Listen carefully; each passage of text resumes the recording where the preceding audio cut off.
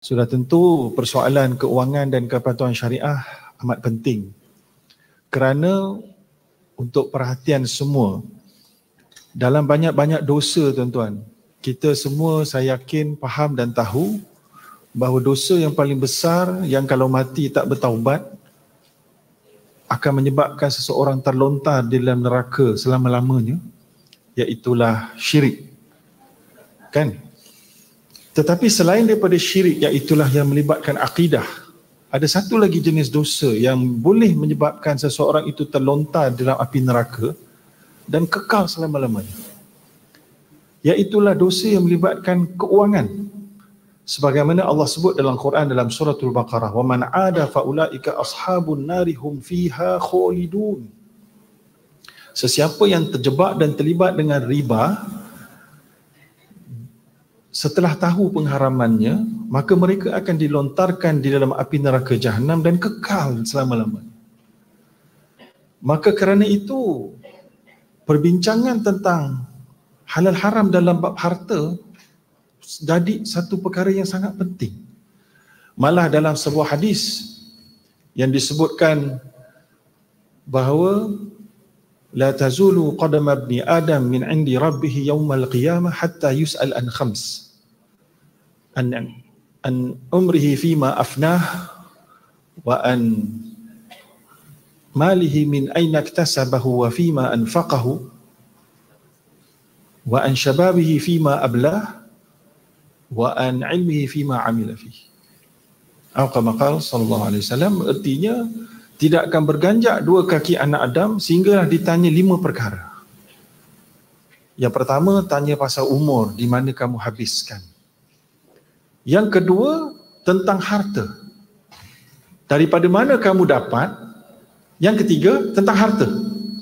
Ke mana kamu belanjakan. Yang keempat, tenaga, kepemudaan dan kepemudian kamu. Di mana kamu gunakan. Kelima, keintelektualan dan ilmu. Kamu gunakan untuk apa? Ataupun kalau ada ilmu, kamu guna tak ilmu itu untuk kebaikan. Lalu 2 daripada 5 berkait dengan harta. Maknanya daripada 5 perkara yang Nabi berikan highlight, tak ada yang sama kategori kecuali bab harta. Juga kita boleh melihat dalam banyak-banyak ayat Quran, surah yang paling panjang namanya surah Al-Baqarah. Ayat yang paling panjang melibatkan harta. Ya ayyuhalladzina amanu idza tadayantum bidainin ila ajalin musamman faktubu, sampai habis. Paling panjang. Pasal apa tu? Harta. Pasal hutang. Pasal beli dengan hutang dan macam-macam yang melibatkan harta. Tapi dalam bab harta detail. Contoh pusaka. 1/6, 1/3, 1/2. Wah, ini mesti ada something. Kan?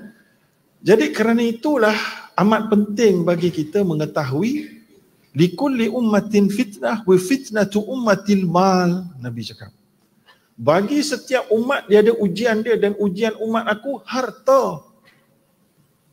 Maka kerana harta, hari ini ramai yang ibadah dia tak diterima. Kan? Contoh Nabi sebut dalam hadis yang sahih, rajul yutiru safar wa sya'ruhu ash'ath aghbar yamuddu yadahi ila as-sama' faqala ya rab wa mat'amuhu haram wa mashrabuhu haram wa malbasuhu haram wa ghudhiya bil haram fa anna yustajabu lidzalik. Atau kama qala sallallahu alaihi wasallam. Nabi mengisahkan seorang lelaki yang dalam perjalanan jauh, bermusafir, merentas padang pasir. Lalu rambut dia kusut masai, berdebu, berhabuk. Dia angkat 2 tangan dia. Dia angkat 2 tangan dia berdoa dengan lafaz-lafaz yang memakbulkan doa. Iaitu angkat tangan tu adalah boleh memakbulkan doa. Satu. Yang kedua, memulakan dengan Ya Rab, Ya Rab. Juga boleh lebih memakbulkan doa. Tapi Nabi kata malangnya, makanannya haram, minumannya haram, pakaiannya haram. 3 benda. Makan, pakai, minum. Makan, minum, pakai. Haram tu bukan hanya halal ada jakim tu cukup. Mungkin kita beli roti yang ada halal jakim tapi pakai duit rasuah, haram. Haram. Walaupun produk tu halal. Boleh faham eh? Dan makan, minum, pakai. Ada orang cakap kullu lahmin nabata min suhtin fannaru aula bih. Setiap daging yang terbina daripada yang haram, maka neraka lebih layak untuknya. Maka ada orang tanya saya, dia kata, tapi kalau saya beli sofa, tak boleh tak? Beli sofa kat rumah saya. Saya tak makan, tak jadi darah daging. Dia sofa, saya duduk je atas tu. Pandai dia kan. Dah, saya kata maksud hadis tu, kalau dalam banyak-banyak benda yang kita perlu makan, minum, tak boleh, apatah lagi yang tak berapa perlu pun lagi tak boleh untuk kita pakai untuk manfaat diri kita. Sofa tak boleh, kereta tak boleh, untuk diri kita tak boleh. Kena bagi untuk orang fakir miskin dan yang layak. Ya. So jadi kat sini dia boleh, harta yang haram, yang syubhat ni boleh menyebabkan ibadah kita terganggu. Dan tadi saya bagikan satu hadis, Nabi kata makanan, pakaian, minuman, dan Nabi ujung tu Nabi cakap wa ghudhiya bil haram. Oh, ada satu lagi tambah. Peringkat segmen yang pertama tu yang kita usaha sendiri. Kita beli makan, kita tengok halal haram, kita makan. Ataupun kita beli makan yang halal tapi kita guna duit haram. Itu kita punya level. Tapi Nabi tak stop situ.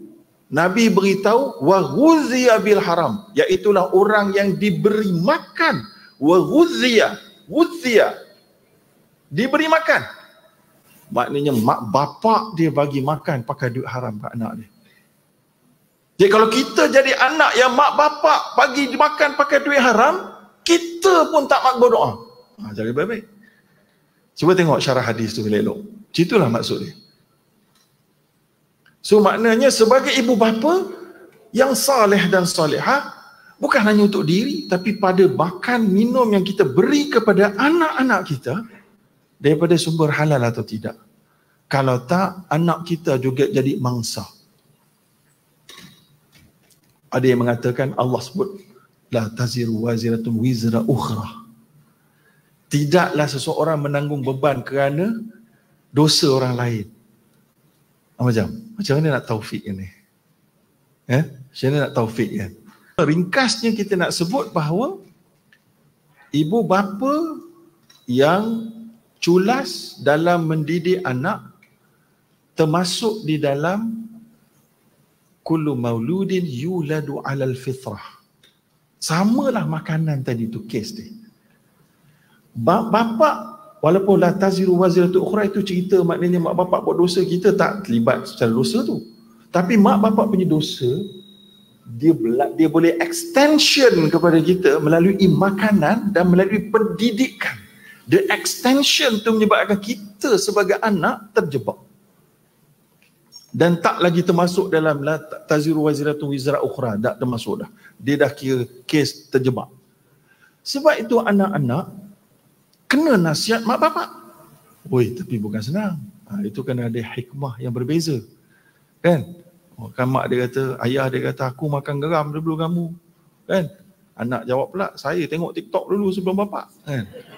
Tak boleh. Tak cukup kuat tu. Kan? Maka kena hikmah.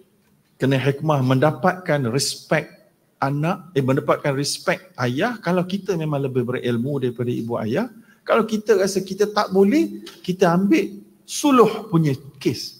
Cara suluh. Macam mana? Kita ambil orang yang mak bapak kita respect. Sama dia datang rumah, ceramah kat rumah, ataupun kita bagi video dia, ataupun kita bawa mak ayah kita berjalan, kita pasang CD pakai orang yang ayah respect, topik-topik yang kita nak ayah kita dengar. Itu cara-cara yang lunak, insya-Allah.